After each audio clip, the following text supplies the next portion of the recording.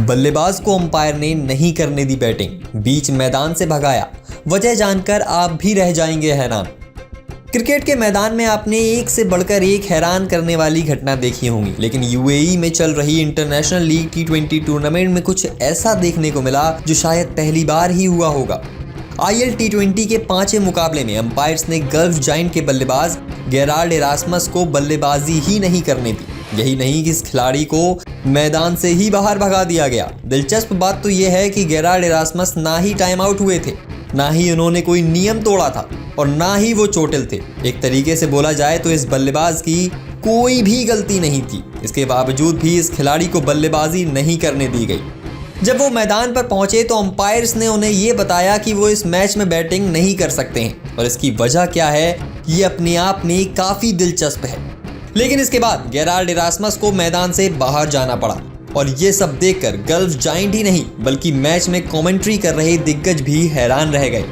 आइए अब आपको बताते हैं कि आखिर गेराल्ड इरास्मस को बल्लेबाजी क्यों नहीं करने दी गई, जबकि गलती तो उनकी कोई भी नहीं थी। वह बल्लेबाजी करने के लिए एकदम फिट भी थे, ना उन्होंने टाइम आउट का नियम तोड़ा था। तो आखिर गलती किसकी थी? दरअसल गेराल्ड इरास्मस को बल्लेबाजी इसलिए नहीं करने दी गई क्योंकि गल्फ जायंट के हेड कोच एंडी फ्लावर ने एक बहुत बड़ी गलती कर दी थी। इस मैच में गल्फ जायंट की टीम 89 रनों पर 8 विकेट खो चुकी थी। तो ऐसे में इस टीम ने गेराल्ड इरास्मस को सुपर सब के तौर पर मैदान में भेजने की सोची, लेकिन फोर्थ अंपायर ने उन्हें बल्लेबाजी से रोक दिया।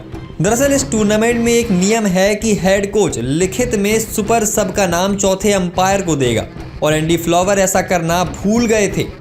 एंडी फ्लावर एक बेहद ही अनुभवी और दिग्गज कोच हैं, लेकिन उनसे यहाँ पर गलती हो गई और इस गलती की वजह से गेराल्ड इरास्मस बल्लेबाजी नहीं कर सके।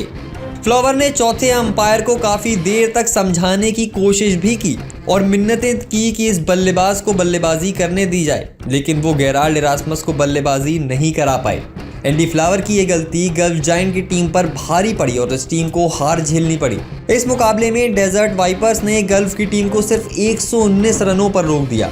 जवाब में डेजर्ट वाइपर्स ने यह लक्ष्य 17.4 ओवर में ही हासिल कर लिया। डेजर्ट वाइपर्स की जीत के हीरो रहे तेज गेंदबाज लॉकी फर्ग्यूसन, जिन्होंने 22 रन देकर 3 विकेट हासिल किए। वहीं बल्लेबाजी में शर्फेन रदरफोर्ड ने 18 गेंदों में नाबाद 40 रन बना डाले।